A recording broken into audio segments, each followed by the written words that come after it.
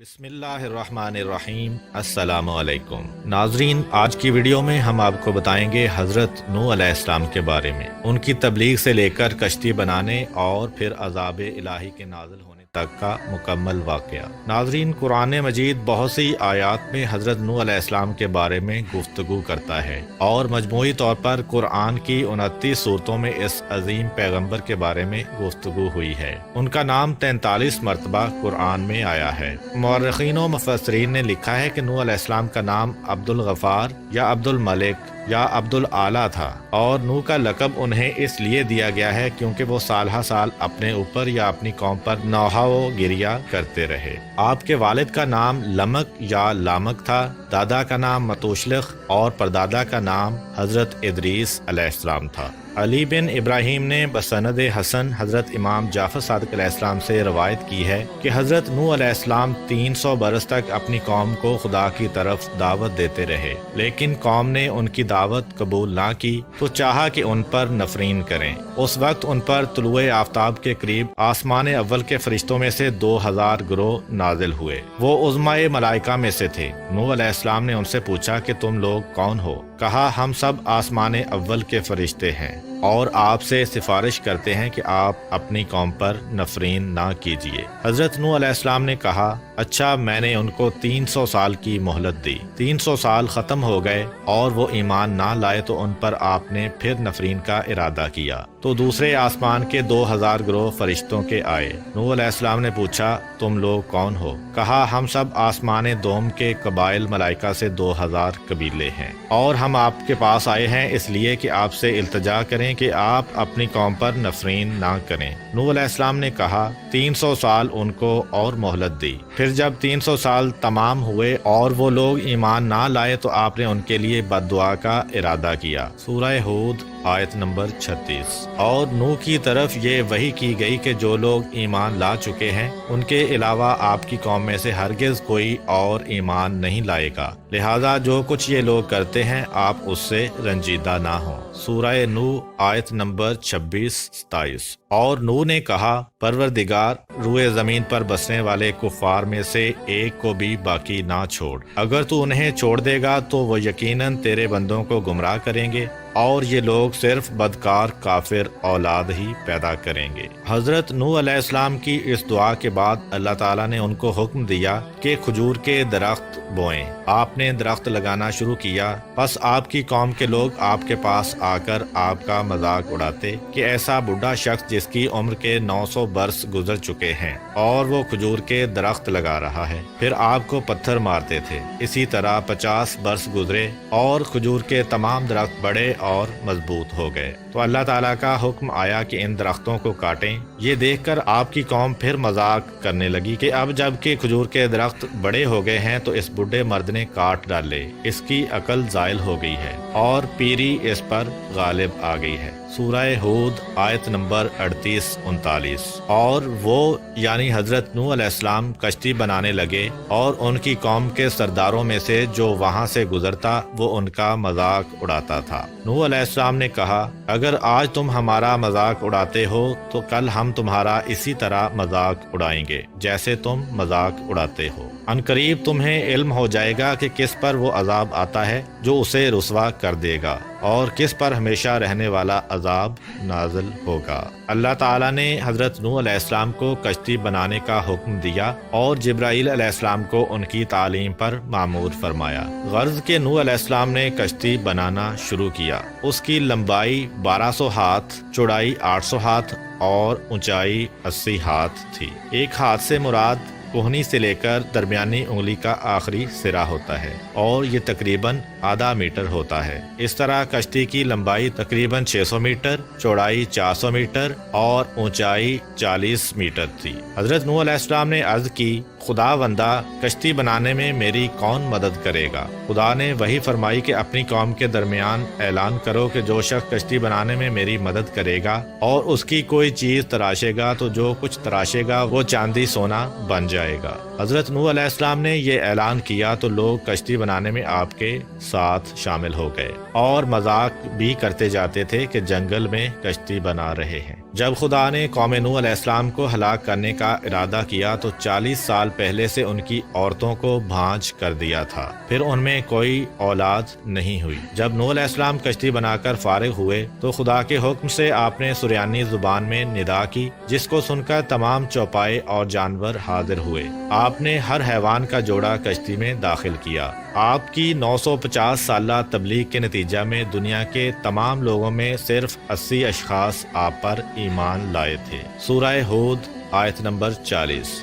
یہاں تک کہ جب ہمارا حکم آ گیا اور تنور سے پانی ابلنے لگا تو ہم نے کہا، اے نوح، ہر جوڑے میں سے 2 کشتی پر سوار کرو اور اپنے گھر والوں کو بھی سوائے ان کے جن کی بات پہلے ہو چکی ہے، اور ان کو بھی سوار کرو جو ایمان لا چکے ہیں، اگرچہ ان کے ساتھ ایمان لانے والے بہت کم تھے۔ کشتی مسجد کوفہ میں تیار کی گئی۔ جب وہ دن آیا جس روز خدا ان کو ہلاک کرنا چاہتا تھا، نوح علیہ السلام کی زوجہ تنور میں جو مسجد کوفہ میں مشہور ہے روٹی پکا رہی تھی، اور نوح علیہ السلام کشتی میں اس جگہ جو جانوروں کے لیے مقرر تھی ان کی چیزیں جمع کر رہے تھے۔ اسی دوران زوجہ نوح علیہ السلام نے آواز دی کہ تنور سے پانی ابل رہا ہے۔ نوح علیہ السلام نے آ کر تنور پر کچھ مٹی ڈالی اور اس پر مہر لگائی کہ پانی باہر نہ آئے، اور جا کر تمام جانوروں کو کشتی میں داخل کیا۔ پھر تنور کے پاس آئے اور مہر توڑی اور مٹی ہٹا دی۔ آفتاب چھپ گیا اور بجائے اس کے کہ قطرہ قطرہ پانی برسے،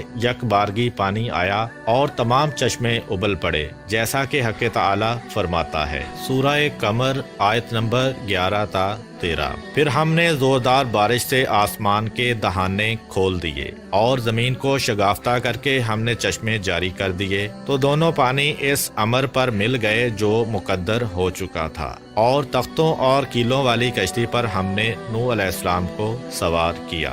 اللہ تعالیٰ نے حضرت نوح علیہ السلام سے فرمایا کہ کشتی میں سوار ہو جاؤ۔ کشتی کے چلنے اور رک جانے کے وقت خدا کے نام کے ساتھ نجات کی دعا کرتے رہنا یا بسم اللہ کہتے رہنا۔ غرض کشتی حرکت میں آئی اور نوح علیہ السلام نے اپنے کافر بیٹے کو دیکھا جو پانی میں کھڑا ہوتا اور گرتا جاتا۔ فرمایا، بیٹا ہمارے ساتھ کشتی میں سوار ہو جاؤ اور کافروں کے ساتھ مت رہو۔ اس نے کہا، یعنی جلد پہاڑ پر چڑھ جاتا ہوں اور وہاں پناہ لیتا ہوں، وہ مجھ کو پانی میں ڈوبنے سے محفوظ رکھے گا۔ نوح علیہ السلام نے فرمایا، آج خدا کے عذاب سے کوئی بچانے والا نہیں ہے مگر وہی بچ سکتا ہے جس پر خدا رحم فرمائے۔ پھر نوح علیہ السلام نے کہا، پالنے والے، یقیناً میرا بیٹا میرے اہل سے ہے، اور بے شک تیرا وعدہ سچا ہے، اور تو تمام حکم کرنے والوں سے بہتر حکم کرنے والا ہے۔ حق تعالیٰ نے فرمایا، اے نوح علیہ السلام، وہ تمہارے اہل سے ہرگز نہیں ہے جن کی نجات کا میں نے وعدہ کیا ہے، لہذا مجھ سے ایسی بات کا سوال نہ کرو جس کا تم کو علم نہیں ہے۔ میں تم کو نصیحت کرتا ہوں کہ تم جاہل مت بنو۔ نوح علیہ السلام نے عرض کی، خدا بندہ، میں تجھ سے پناہ چاہتا ہوں اس بات سے کہ تجھ سے ایسی چیز کا سوال کروں جس کا مجھے علم نہ ہو، اور اگر تو مجھ کو نہ بخشے گا اور رحم نہ فرمائے گا تو میں نقصان اٹھانے والوں میں سے ہو جاؤں گا۔ بس خاموش ہو رہے جیسا کہ خداوند عالم نے ان سے فرمایا۔ اسی اثنا میں ان کے درمیان موج حائل ہو گئی اور پسرے نوح علیہ السلام غرق ہو گیا۔ کشتی مڑی اور اس کو موجوں نے تھپیڑا دیا یہاں تک کہ مکہ میں پہنچی، اور خانہ کعبہ کے گرد طواف کیا کیونکہ کعبہ کے سوا تمام دنیا غرق ہو گئی تھی۔ خانہ کعبہ کو بیت العتیق اسی لیے کہتے ہیں کہ وہ غرق ہونے سے محفوظ رہا۔ غرض 40 روز تک آسمان سے پانی برستا رہا اور زمین سے چشمے ابلتے رہے، یہاں تک کہ کشتی اس قدر بلند ہوئی کہ آسمان سے جا ملی۔ تو حضرت نوح علیہ السلام نے اپنے ہاتھ بلند کیے اور عرض کی، یا رحمانہ اتقن، یعنی پروردگارہ احسان فرما۔ اس وقت خدا نے زمین کو حکم دیا کہ اپنے پانی کو کھینچ لے، جیسا کہ قرآن مجید میں بیان ہوا ہے۔ سورہ ہود آیت نمبر 44۔ یعنی کہا گیا کہ اے زمین اپنے پانی کو جذب کر لے، اور اے آسمان برسنے سے رک جا۔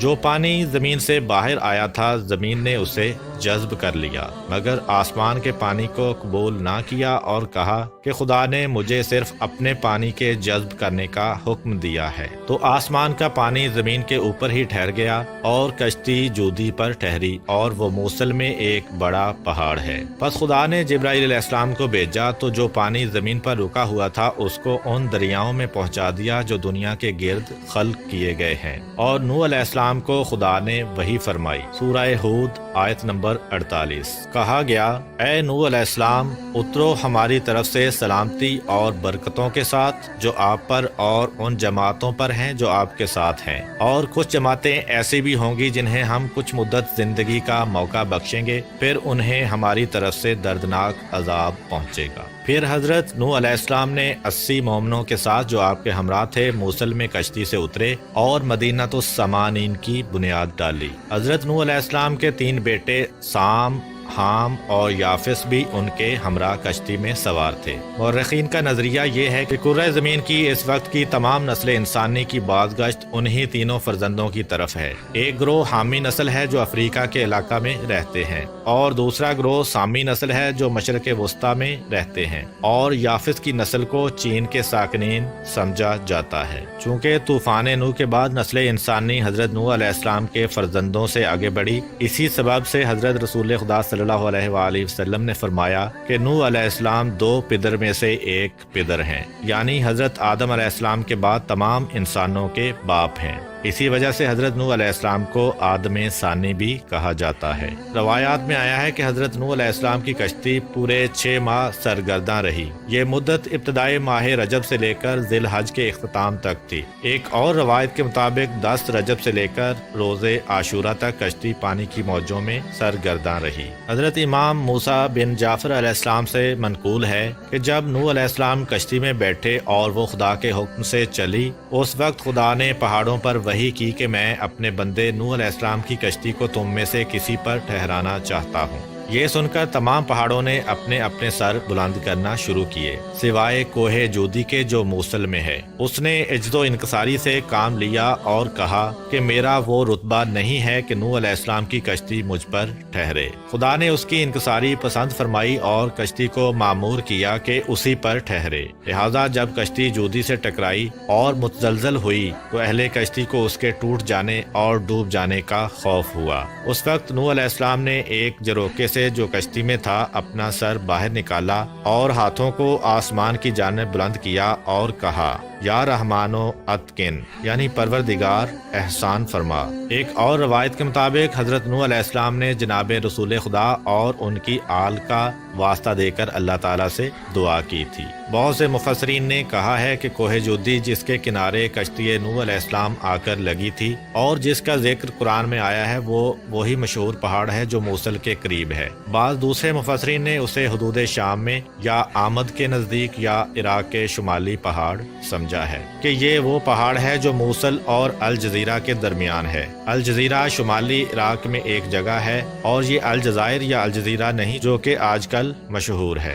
بعید نہیں کہ ان سب کی بازگشت ایک ہی طرف ہو، کیونکہ موصل، آمد اور الجزیرہ سب عراق کے شمالی علاقوں میں ہیں اور شام کے نزدیک ہیں۔ حضرت امام جعفر صادق علیہ السلام سے منقول ہے کہ حضرت نوح علیہ السلام کی عمر 2500 سال ہوئی۔ 850 سال مبعوث ہونے سے قبل، 950 سال قوم کی ہدایت کا زمانہ، 200 سال کشتی کی تیاری میں گزرے اور 500 سال طوفان کے بعد زندہ رہے۔ جب پانی زمین سے خشک ہوا تو شہروں کی بنیاد ڈالی اور اپنی اولاد کو ان میں آباد کیا۔ جب 2500 سال تمام ہوئے تو وہ اس وقت دھوپ میں بیٹھے ہوئے تھے۔ کہا، السلام علیکہ یا نبی اللہ۔ حضرت نوح علیہ السلام نے جواب سلام دیا اور پوچھا، اے ملک الموت، کس لیے آئے ہو؟ کہا، آپ کی روح قبض کرنے کے لیے آیا ہوں۔ کہا، کیا اتنی مہلت دو گے کہ دھوپ سے سائے میں چلا جاؤں؟ کہا، ہاں۔ پس نوح علیہ السلام سائے میں گئے اور فرمایا، اے ملک الموت، دنیا میں میری زندگی کی مدت دھوپ سے سائے میں آنے کے مانند تھی، اب جو کچھ تم کو حکم دیا گیا ہے بجا لاؤ۔ ملک الموت نے حضرت نوح علیہ السلام کی روح مقدس قبض کر لی۔